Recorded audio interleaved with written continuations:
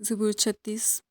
شریر کی بدی سے میرے دل میں خیال آتا ہے کہ خدا کا خوف اس کے پیش نظر نہیں، کیونکہ وہ اپنے آپ کو اپنی نظر میں اس خیال سے تسلی دیتا ہے کہ اس کی بدی نہ تو فاش ہوگی نہ مکروہ سمجھی جائے گی۔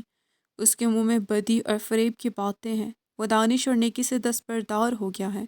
وہ اپنے بستر پر بدی کے منصوبے باندھتا ہے، وہ ایسی راہ اختیار کرتا ہے جو اچھی نہیں، وہ بدی سے نفرت نہیں کرتا۔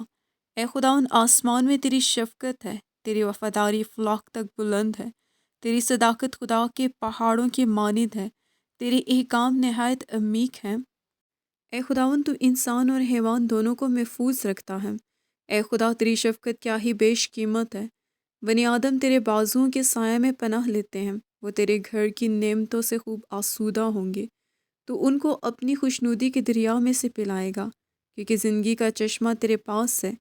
تیرے نور کی بدولت ہم روشنی دیکھیں گے۔ تیرے پہچاننے والوں پر تیری شفقت دائمی ہو، اور راست دلوں پر تیری صداقت۔ مغرور آدمی مجھ پر لات نہ اٹھانے پائے، اور شریر کا ہاتھ مجھے ہانک نہ دے۔ بد کردار وہاں گرے پڑے ہیں، وہ گرا دیے گئے ہیں اور پھر اٹھ نہ سکیں گے۔ آمین۔